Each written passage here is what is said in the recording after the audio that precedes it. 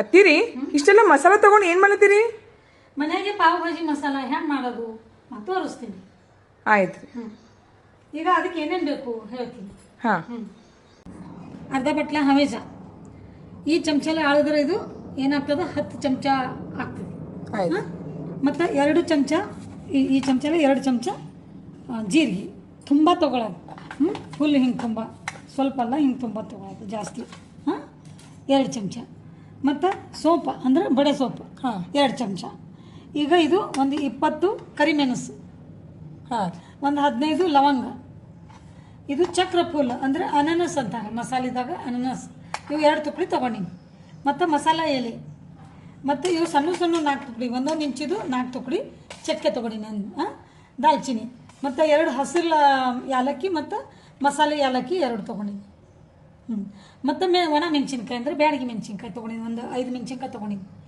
ಮತ್ತು ಇಲ್ಲಿ ಅರಿಶಿನ, ಮತ್ತು ಅಮ್ಚೂರ್ ಪೌಡರ, ಮತ್ತು ಬ್ಲ್ಯಾಕ್ ಸಾಲ್ಟ, ಮತ್ತು ಸ್ವಲ್ಪ ಹಿಂಗೆ, ಮತ್ತು ಕಾಶ್ಮೀರಿ ಚಿಲ್ಲಿ ಪೌಡರ್, ಸ್ವಲ್ಪ ಶುಂಠಿ ಪೌಡರ್. ಈಗ ಇವೆಲ್ಲ ಹುರ್ಕೋಬೇಕು ಪೂಜೆ. ಈಗ ನಾವು ಗ್ಯಾಸ್ ಆನ್ ಮಾಡಿ ಹುರ್ಕೊಳ್ಳೋಣ. ಕಡಾಯಿ ಕಾದ. ಮತ್ತು ಈಗ ನಾವು ಏನು ಮಾಡೋದು, ಹವೇಜ ಹಾಕಮ್ಮ. ಈಗ ಹುರ್ಕೊಳ್ಳೋದು. ಈಗ ಹವೇಜ ಸ್ವಲ್ಪ ಹವೇಜ ಹುರ್ಕೊಳ್ಳೋಣ.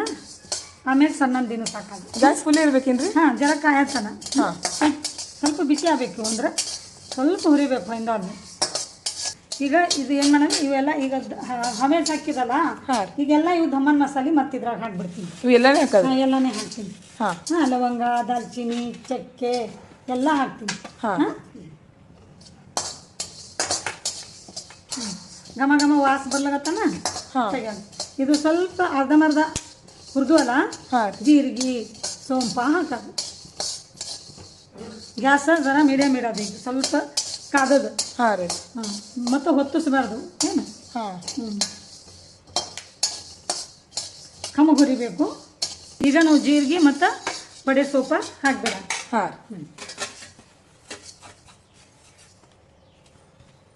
ಇವು ಜೀರಿಗೆ. ಈಗ ಇವು ಮಸಾಲೆಯಲ್ಲಿ ಹಾಕೋದು.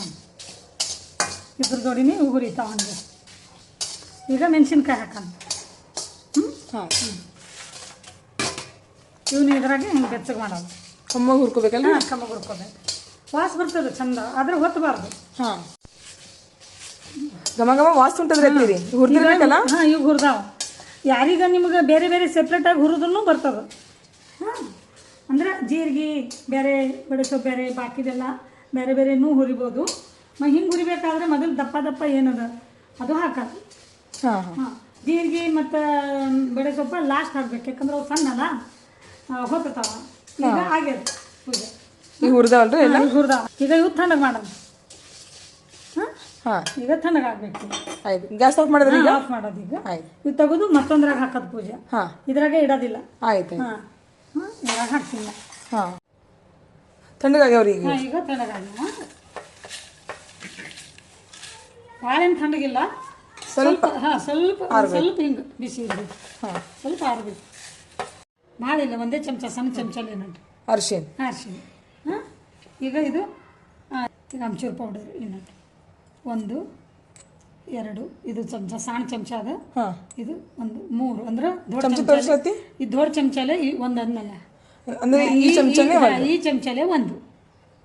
ಈ ಚಮಚಲೇ 1. ಇದು ಸಣ್ಣದ ಅಂದ್ರೆ ನಾ 3 ಹಾಕ್ದೆ.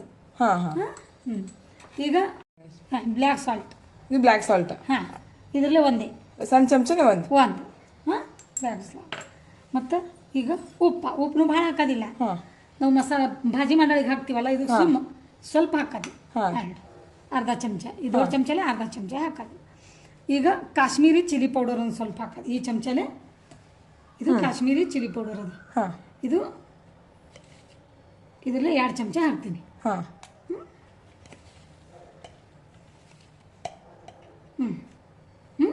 2 ಚಮಚ. ಈಗ ಒಂದು ಸ್ವಲ್ಪ ಹಿಂಗೆ, ಭಾಳ ಏನು ಸ್ವಲ್ಪ ಅದನ್ನು ತೋರಿಸ್ತೀನಿ. ಸ್ವಲ್ಪ ಹಾಕ್ಬೇಕು. ಸ್ವಲ್ಪ ಹಾಕೋದು. 2 ಚುಟುಕಿ. ಅಟ್ಟೆ 2 ಚುಟುಕಿ. ಇದು ನಾವು ಮಸಾಲೆ ಮಿಕ್ಸರ್ ಮಾಡೋಣ. ಸಣ್ಣ ಮಾಡ್ಕೊಬೇಕಲ್ರಿ? ಈಗ ಸಣ್ಣ ಆಗಬೇಕು. ಈಗ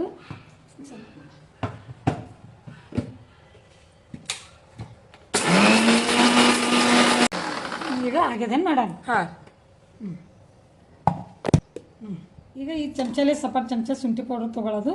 ಇನ್ನೊಂದು ಸಲ ತಿರುತ್ತೀನಿ. ಆಯ್ತು. ಈಗ ಆಗ್ಯದೇನು ಮೇಡಮ್? ಹಾಂ.